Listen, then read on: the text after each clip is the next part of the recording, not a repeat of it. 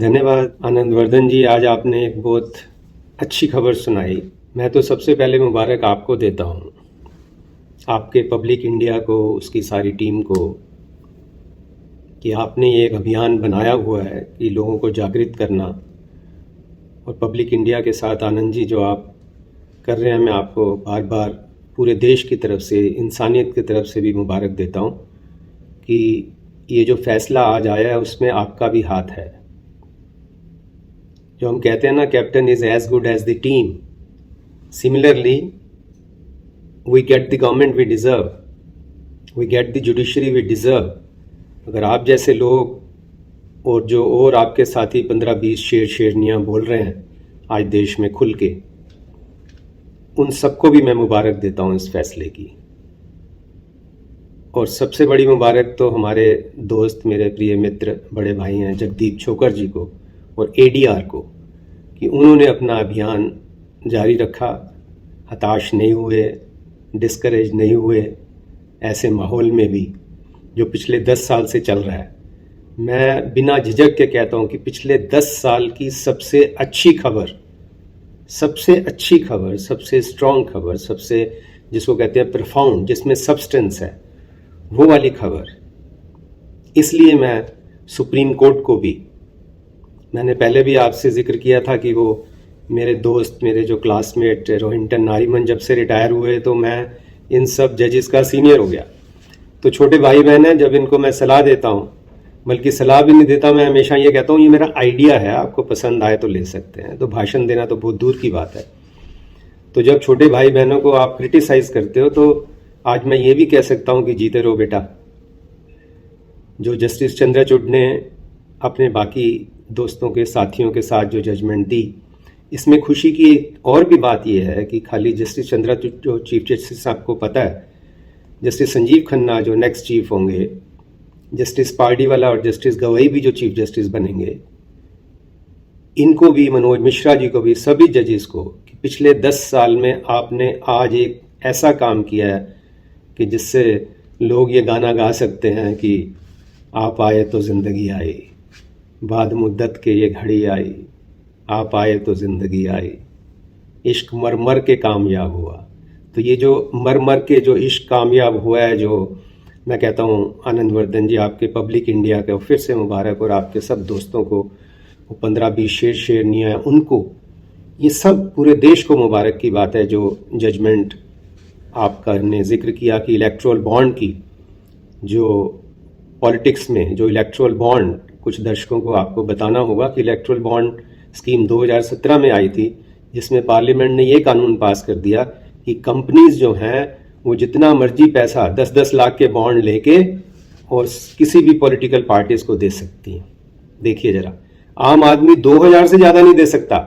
2000 से ज़्यादा जो कैश देगा वो नहीं दे सकता, उसको चेक से देना है, इलेक्ट्रॉनिक से देना है। तो जब आम आदमी इलेक्ट्रॉनिक से या चेक से देता है तो पता लगता है किसको किसने दिया। इन्होंने कहा कंपनीज इलेक्ट्रोल बॉन्ड ले लें, और किसने लिए हैं कोई नहीं बताएगा, किसको दिए हैं कोई नहीं बताएगा। तो ट्रांसपेरेंसी कहां से हो गई? ये तो रिश्वत हो गई, बैंक के थ्रू रिश्वत हो गई। इलेक्शन कमीशन ने मना किया था कि ऐसा मत करो, ये तो बिल्कुल ट्रांसपेरेंसी के खिलाफ है, फेयर इलेक्शन के खिलाफ है। और बड़े मजे की बात है, आप देखिए ये तीनों कानून इन्होंने कंपनीज एक्ट में कह दिया आपको नहीं बताना कि किसने, आपने किसको दिए हैं पैसे। इनकम टैक्स में कह दिया आपको नहीं बताना किसको दिए हैं। रिप्रेजेंटेशन ऑफ पीपल एक्ट जो कानून का, जो इलेक्शन कमीशन को नहीं बताना किसको दिए हैं, कितने दिए हैं। तो बिल्कुल ही पर्दे में रहने दो, पर्दा ना उठाओ। वो पर्दा जो उठ गया तो भेद खुल जाएगा। ये कहानी हुई है। देखिए, वो जो लोग कहते हैं दाल में काला, नहीं, दाल ही काली मतलब। और शेयर होल्डर को नहीं बताना। आप देखिए कितनी पूरी जनता को लूट रहे थे ये। शेयर होल्डर को नहीं पता कि मेरा पैसा किसको गया है, मेरी कंपनी ने किस पॉलिटिकल पार्टी को दिया है, किसी को नहीं पता। बस ये लिख देंगे कि इतने करोड़ गया, बात खत्म। और कोई लिमिट नहीं। आप देखिए कोई लिमिट नहीं। 1958 में, आनंद जी आपको पता है, 1958 में justice चागला, who was one of the finest जजेस कंट्री प्रोड्यूस्ड, 1958 में उन्होंने, को टाटा का केस था, उसमें बोला कि इलेक्शन में जो पैसा देते हो उसमें कंपनीज की एक लिमिट होनी चाहिए। अनलिमिटेड पैसा जब कंपनी ऐसे देंगी तो उससे देश की पॉलिटिक्स, डेमोक्रेसी डिस्ट्रॉय होगी। एक वर्ड उन्होंने यूज किया, मेरे को वो ध्यान आ रहा, मैं एक सेकंड आपको बताता हूं। एक बड़ा अच्छा वर्ड उन्होंने यूज किया, big business and many bags. उन्होंने यूज किया ये big business and many bags का वर्ड यूज किया कि you will throttle the democracy, आप गला घोट देंगे डेमोक्रेसी का। उन्होंने 1958 में ये बात करी कि ऐसे बात मत करिए, जिसका फैसले में अच्छा है, इन्होंने जिक्र किया है इस फैसले में। तो लेकिन कोई सरकार को कोई असर नहीं है। और ग्राउंड क्या लेते हैं, कहते हैं कि इससे शेल कंपनी नहीं बनेगी। आप देखिए सोलिसिटर जनरल, मैं तो हैरान होता हूं, Mahatma Gandhi said use your profession as a tool to serve, लोगों की सेवा करने के लिए अपने प्रोफेशन का, अपनी कारीगरी का इस्तेमाल करिए। ये कुछ ऐसे लोग हैं, ये लोगों की सेवा नहीं, not to serve, to subvert the system use करते हैं। सोलिसिटर जनरल ने बहस करी है कि जी इससे वो शेल कंपनीज नहीं बनेंगी, ब्लैक मनी नहीं आएगा। शेल कंपनीज तो बनेंगी, शेल कंपनीज तो बकायदा कोर्ट ने भी कहा कि इससे ज्यादा तो शेल कंपनीज का, इससे क्या मतलब, शेल कंपनीज तो बनेंगी। पहले तो कोई लिमिट थी 5% की, अब कोई लिमिट ही नहीं, आपने लिमिट भी खत्म कर दी। तो शेल और लॉस मेकिंग कंपनी, कोई नई कंपनी बनाइए लॉस मेकिंग कंपनी। और एक सबसे अच्छी बात जो मैं समझता हूं इस फैसले में चीफ जस्टिस ने करी, राइटिंग फॉर 4 ऑफ द जजेस, कि जब पैसे का इस्तेमाल होता है इलेक्शन में तो लेवल प्लेइंग फील्ड नहीं रहता। जो कैंपेन हो रहा है, एक के पास 5 करोड़ है कैंपेन के लिए, एक के पास 5 लाख है, तो कैसे लेवल प्लेइंग फील्ड होगा। उन्होंने इस बात का भी जिक्र किया कि टीवी, कैंपेन, ये सारी चीजों पे पैसा लगता है। तो जब पैसा लगता है तो पैसा तो फिर आप इस्तेमाल कर रहे हो और ऐसे ही धर्म खाते में उसको धर्म तो नहीं, अधर्म खाता कहेंगे उसको, अधर्म खाते में पैसा लेते जा रहे हो और लोगों को बता ही नहीं रहे, कंपनीज बता ही नहीं रही। क्विड प्रो को जो वर्ड होता है वो कहते हैं कि इसका मतलब ये है कि किसने पैसा देके अपना कोई फायदा ले लिया, हमें पता ही नहीं है। लेकिन ये भी कोर्ट ने बात करी कि जो पैसा देता है, जो 10 करोड़ का बॉन्ड देगा और फोन करेगा जनाब मैंने 10 करोड़ का कर दिया, तो मंत्री वेलकम करेगा कि वो तो खट से टेबल पे आ जाएगा, उसको तो बात करने की खट से मौका मिल जाएगा कि आइए आइए चाय पीजिए हमारे साथ। आम आदमी को थोड़ी कहेगा जो 2000 रुपया दे रहा है। तो इस मामले से भी मैं कहता हूं कि ये इन्होंने बड़ी अच्छी बात करी कि ये जो सारा कानून, आप देखिए प्राइवेसी की बात करते हैं, एक देखिए कितना बेवकूफी का कहें या फनी कहें, क्या उसको बोलें, कि एक गवर्नमेंट ये बहस करती है कि सर ये उसका जो राइट ऑफ प्राइवेसी है, जैसे वोटर सीक्रेट बैलेट होता है, किसी को बताता नहीं है, ऐसे ही कंपनी पैसा दे रही है और किसी को बताते नहीं है। तो सीक्रेट बैलेट से इसका कैसे कंपैरिजन कर सकते हैं। आनंदवर्धन जी, ये सवाल आपने अच्छा पूछा कि इसका सीक्रेट बैलेट से क्या कंसर्न है। सीक्रेट बैलेट से कोई कंसर्न नहीं है, ये झूठ है, ये फ्रॉड किया गवर्नमेंट ने। कोर्ट के पास जो बहस करी कि ये सीक्रेट बैलेट के बराबर है। सीक्रेट बैलेट होता है जो वोटिंग राइट पे है, आपने किस कंपनी ने किसको पैसा दिया, इसको सीक्रेट रखने से कोई, उन्होंने कोर्ट ने कहा ब्लैक मनी पे फर्क नहीं पड़ता, इससे आप ब्लैक मनी नहीं रोक सकते हैं, इसका ब्लैक मनी से कोई कंसर्न नहीं है, राइट ऑफ प्राइवेसी से कोई कंसर्न नहीं है।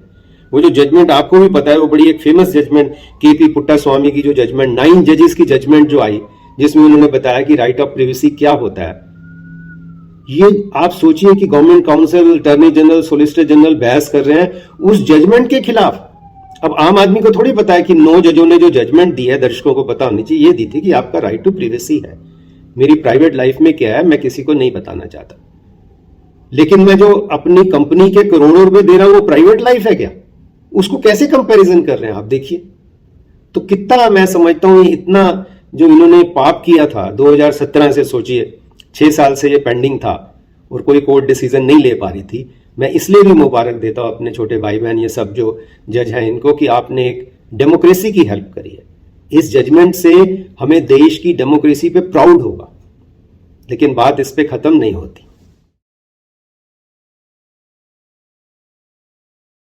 आपके दूसरे सवाल का मैं ये जवाब दे रहा था कि जो कोर्ट ने डायरेक्शन दी है, आप देखिए कितनी अच्छी डायरेक्शन दी है। डायरेक्शन ये दी है कि स्टेट बैंक बताएगा 6 मार्च से पहले कि किसने किसने पैसा दिया, किसने किसने किसको दिया, कितना दिया, पूरी डिटेल देंगे।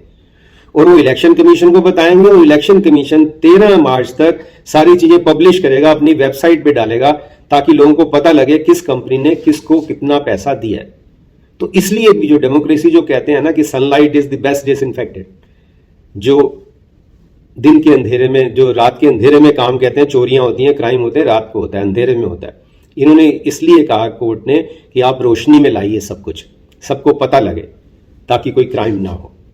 और जो किया वो लोगों को पता लगना चाहिए, इलेक्शन से पहले पता लगना चाहिए कि कैसे। मैं तभी कह रहा हूं 10 साल से एक आदमी ने पूरे देश को गुलाम बना रखा है। मैं ये कहता हूं लोग बोलते नहीं है, कोर्ट्स नहीं बोल रही थी, कोर्ट जजमेंट नहीं दे रही थी, इसलिए जो कोर्ट ने ये जजमेंट दिया है, ये डेमोक्रेसी के लिए, फ्री एंड फेयर इलेक्शन के लिए उन्होंने कहा है ये बहुत बड़ी, बहुत जरूरी चीज है, इसके अलावा फ्री एंड फेयर इलेक्शन नहीं हो सकता।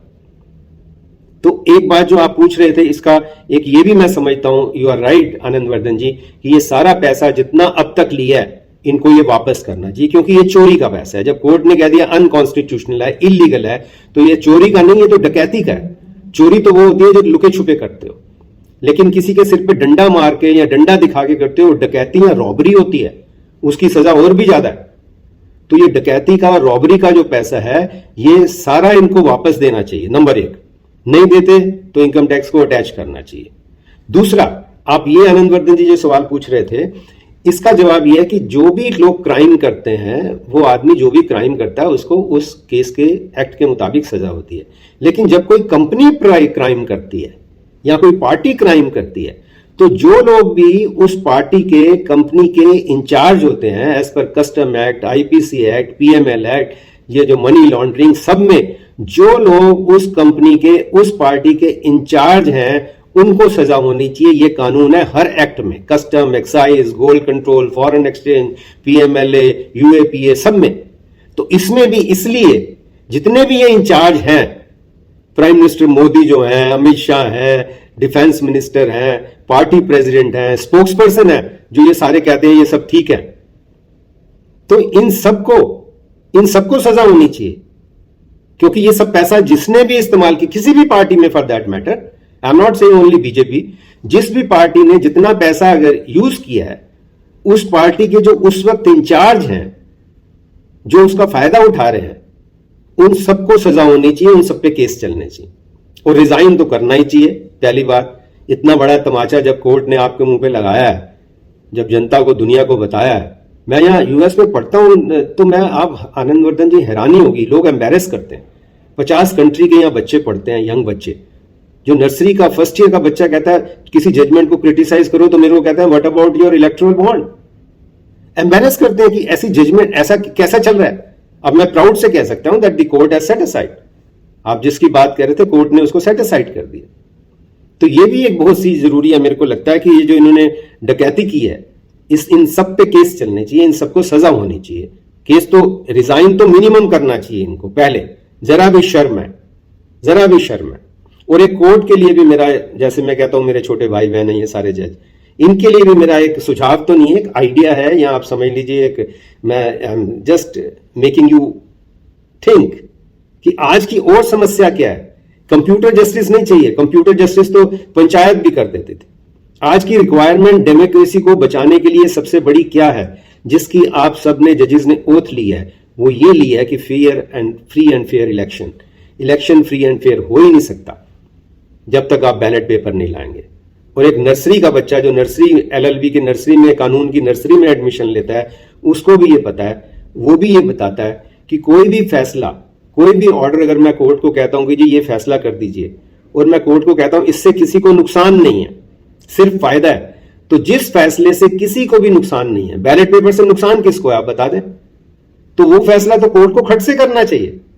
तो आपके माध्यम से आज के प्रोग्राम में मेरे को लगता है आनंद वर्धन जी, हम ये भी बात जो आपने छेड़ी थी रखें, हम इसको let the chief justice of India supreme court treated as public interest litigation. हम आज अपील करते हैं कि आप बैलेट पेपर का जल्दी से जल्दी ऑर्डर कीजिए, अगर आप वाकई में इंसाफ करना चाहते हैं।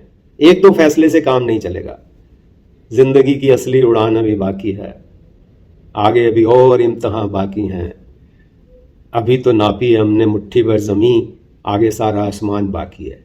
140 करोड़ इसलिए सफर कर रहा है कि डेमोक्रेसी नहीं है। तो बैलेट पेपर जल्दी से लाइए। हम अपने दर्शकों को भी आनंद वर्धन जी रिक्वेस्ट कर सकते हैं, निवेदन कर सकते हैं कि जिसको भी ये बात सूट करती है, ठीक है, वो कमेंट्स में लिखें कि हाँ ये ठीक है, या लाइक करें, ताकि हम कोर्ट को बता सकें कि आप देखिए कितने लाइक, कितने लोग इसके लिए डिमांड कर रहे हैं। अब हर व्यक्ति तो सुप्रीम कोर्ट नहीं जाएगा, इतने जलसे हो रहे हैं, इतने जुलूस निकल रहे हैं, लेकिन सुप्रीम कोर्ट फैसला क्यों नहीं ले रही?